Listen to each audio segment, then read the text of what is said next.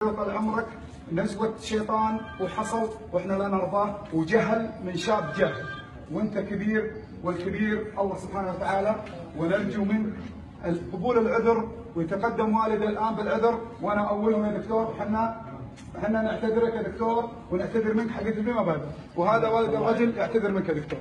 هذا يعتذر من بن محمد وخالد معروف لجي قد سبق وان تنوم والدي في المستشفى ووجد كل العنايه منكم. والله الذي لا اله الا هو انكم خدمتونا بكل شيء وارتحنا لكم، وكنا نعتبركم فوق رؤوسنا دائما وابدا. ومن الكلام اللي اعيده واكرره دائما اقول يا اخواني الدكتور والرجل اللي يخدم المواطنين ويخدم الشعوب المسلمه فوالله العظيم انه فوق الراس دائما. فوالله اذا حصل شيء احنا طالبينك يا دكتور انك تسمح لنا والعفو والصفح منك، ونعتذر للجميع.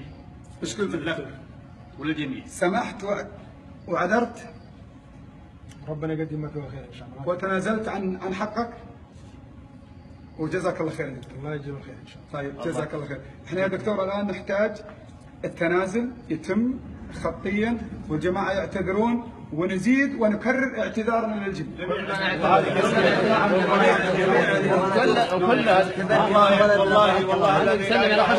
وللامانه هذا ما نرضى عليك. كلمه حق اريد ان اقولها يا جماعه الخير. اسمحوا لي بكلمه حق اسمحوا لي بكلمه حق وجدتها اليوم في هذا المكان.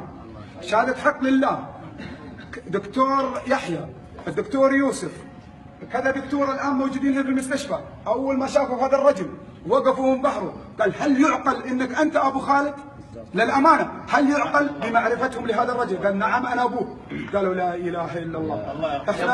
احنا خلينا نقول احنا تعاملنا معك في تنوير مرافقتك لوالدك هنا لمده شهر، ما لمسنا منك الا هذا كلامهم مو كلامي انا، ما لمسنا منك يا ابو خالد الا كل الاحترام والتقدير، واحنا الان يوم شفنا انك انت والده احنا تفاجئنا جدا، لان اللي حصل واتضح ان اللي حصل نزوه شيطان وليس مقصودا من احد. فهذه حقيقه من الامور. ذكر ابو خالد الطيب هو اللي رسخ الطيب في الدكاتره انهم فعلا ذكروه، قالوا هل يعقل انت؟ والله للامانه كل واحد يقرا. شكرا ابو خالد على السمعه الطيبه، على السمعه الطيبه هذه جاج، سمعتك الطيبه اللي شهدوها وانتم يعلم الله